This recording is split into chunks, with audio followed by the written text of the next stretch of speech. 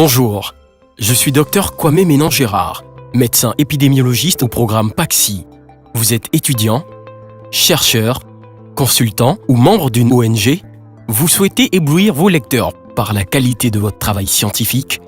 Eh bien, j'ai l'honneur de vous livrer ici les 10 étapes de rédaction d'un résumé scientifique qui vous permettront de devenir des experts en la matière. En premier lieu, définition d'un résumé. Un résumé de communication scientifique comprend tous les détails et données importantes de votre étude, de sorte qu'il serve de petite publicité à votre travail.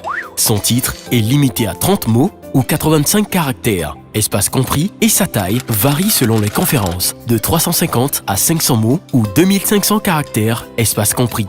S'ils sont autorisés, les tableaux et graphiques images comptent pour 50 mots chacun. Si le résumé est accepté, il donnera lieu à une communication orale ou affichée. Le premier auteur ou un représentant de l'équipe ayant fait le travail se tiendra à la conférence pour présenter cette communication.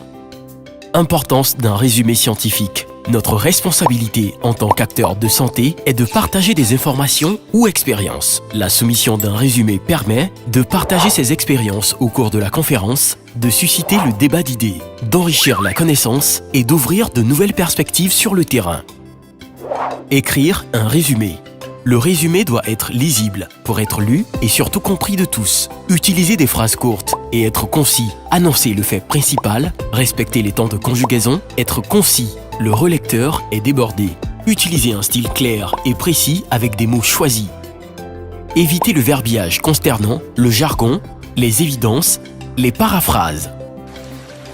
Structure. En premier, on mettra le titre, les auteurs, l'introduction, matériel, patient et méthode, description, résultat, leçon apprise, conclusion, perspective, tableau, figure, facultatif. Nous allons maintenant détailler la structure du résumé. Le titre et auteur. Il doit traduire clairement l'objet de la recherche. Il doit être ouvert, court et attractif. Doit être sexy. Les auteurs et ordre des auteurs. Pour répondre à la question « Qui ?» Ici, on a la liste de ceux qui ont contribué à l'activité ou à la recherche en termes d'acquisition de données, de lecture, d'analyse statistique ou d'écriture. Le premier auteur est celui qui écrit en général le résumé. Le dernier auteur est en théorie l'initiateur de l'activité. Idéalement, l'ordre des auteurs est fonction de l'importance de leur contribution au travail, mais le choix peut être stratégique. Introduction, contenu. L'introduction du résumé pose la question et annonce les moyens utilisés pour y répondre. Le but de notre étude a donc été de... Elle décrit brièvement l'état du problème, les questions posées et le problème à résoudre. Forme. L'introduction joue un rôle majeur. Elle doit accrocher le relecteur qui est peut-être débordé. Il faut le mettre de bonne humeur. Elle doit être courte, donner une justification logique. Pourquoi avez-vous fait cette étude ? Matériel et méthode. En répondant aux questions du quoi, quand, où, comment, le matériel et les méthodes permettent de décrire dans un ordre logique et ou chronologique le déroulement de l'étude. Ils définissent le type d'étude qui peut être rétrospective, prospective. Ils décrivent dans ces lignes essentielles les critères d'inclusion ou de non-inclusion. Par exemple, comment avez-vous trouvé vos patients ? Souvenez-vous que votre section méthode est importante pour que les relecteurs jugent la qualité, la rigueur et la fiabilité de votre travail. Résultat, nous répondons ainsi aux questions du « Que s'est-il passé ? Qu'avons-nous appris ?»